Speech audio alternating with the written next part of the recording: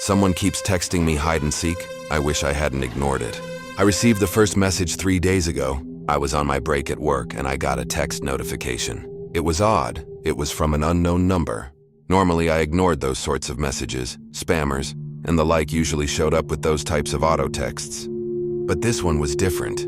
It was so strange because no number showed up at all. Just the message. Hide and seek. I thought someone might have the wrong number for a friend they were trying to get in touch with to play a game apparently. So I responded. Think you have the wrong number. Not sure who you are trying to reach, but they are not here. I went about the rest of my workday and was just wrapping things up. When I pulled my phone from my bag, I saw I had another text waiting for me. Same number, or lack of number. It was just another blank line where a number should display in the message. Hide and seek? I was confused and slightly annoyed, so I responded again. Like I said before, I think you have the wrong number. Who is this?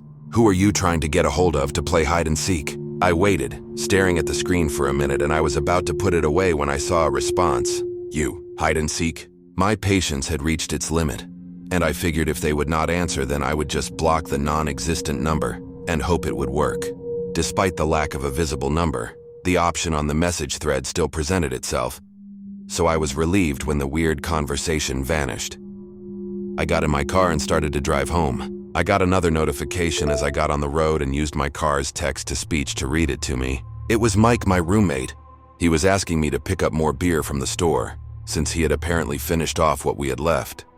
I groaned at the message and the fact that I was always the one to buy it for us. It was getting old, but I needed a drink after the night I had.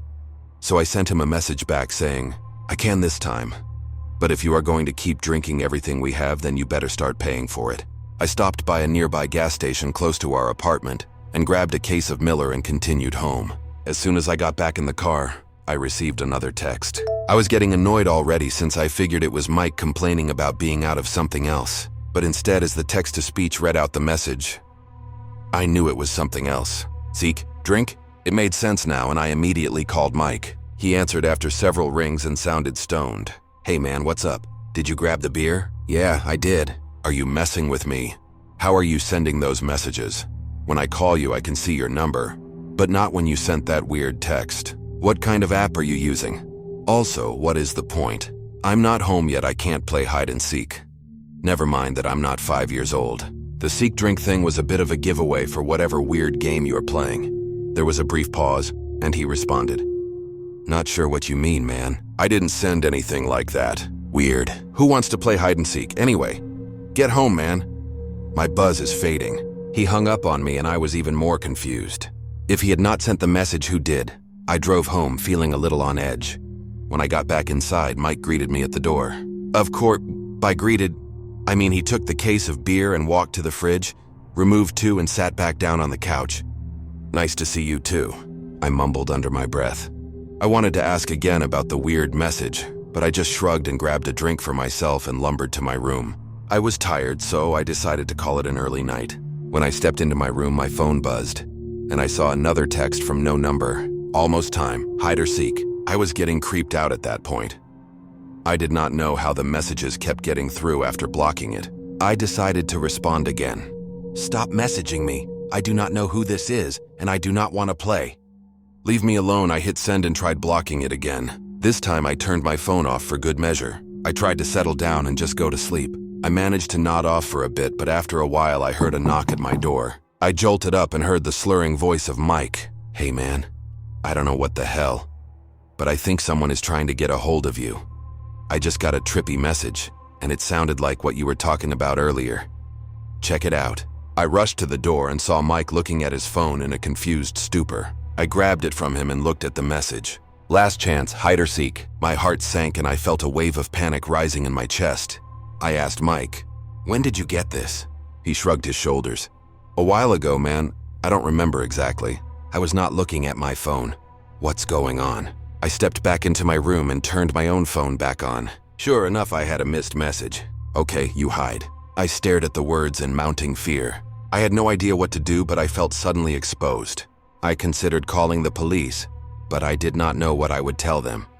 Nothing had happened, only a creepy text thread.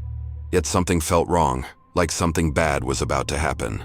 I looked over at Mike and he looked confused and a bit paranoid as well. Before I could try and explain things, the lights went out. At first, I thought it might be a power outage. Then I heard the slow creaking sound of the front door opening, despite being sure I had locked it when I got home. Terror gripped me and I knew something was very wrong. I crouched down in the dark and whispered to Mike the only thing I could think to say. "Hide!" I crawled on my floor and under my bed. I was about to call 911 when my phone suddenly died as well. It was on one moment and then just lost power, despite having over half a charge left. I put the useless device in my pocket and tried to see if there was anything I could use as a light source. I froze and thought better about moving when I heard a strange shuffling sound, then heavy footsteps, much heavier than Mike's. I noticed the temperature in the room had dropped suddenly, and it felt like it was freezing. As the footsteps resounded and moved closer, I smelled a fetid tinge in the air as well, like something rotten. I crawled as far back and huddled up as small as I could make myself under the bed, and held my breath. I heard my closet door gently shutting and thought it might be Mike hiding in there. Then the heavy footsteps picked up the pace. I suddenly realized if I could hear the door closing, whatever the hell was in here with us could hear it too. I considered calling out to Mike to move, but fear froze my voice. The heavy footsteps were in the room now. Despite my efforts to try and see what stalked us, I could not make anything out. I sat there, silent and immobile, holding my breath and waiting. After several long moments, I thought we might be safe. Then I heard the door to the closet break and shatter. Then Mike screamed, a haunting and nightmare-inducing shriek. Something had found him. The cry of terror was suddenly silenced. I did not hear anything violent, just the scream and then utter silence. I had no idea what the hell had just happened. For a long while, I sat there paralyzed with fear, until finally the light came back on. When I summoned the courage to creep out from under the bed and see what had happened, I was shocked when laying on the ground was the shattered remains of my closet door. Despite the ruin of the door, there were no traces of anyone or anything else. Mike had vanished. I slowly called out, louder and more emboldened as I moved into the hall where the light was on again. No one responded and no one else was there. I stumbled through the apartment searching for my roommate, but he was gone.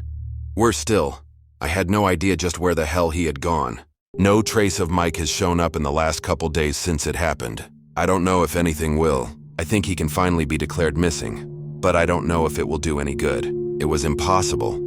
But whatever had broken into our place had found him, and now he was missing. He had lost hide and seek, and that thing, whatever it was, took him away. The entire nightmare is unbelievable. Yet even now, as I write about my friend's impossible disappearance, I am shocked when I receive another text. Hide and seek? I don't know what to do. I don't know what this is. Maybe I should respond again a different way this time. Maybe it might help, might keep me safe from whatever, or whoever is doing this. Perhaps I can find out. My reply is one word: seek.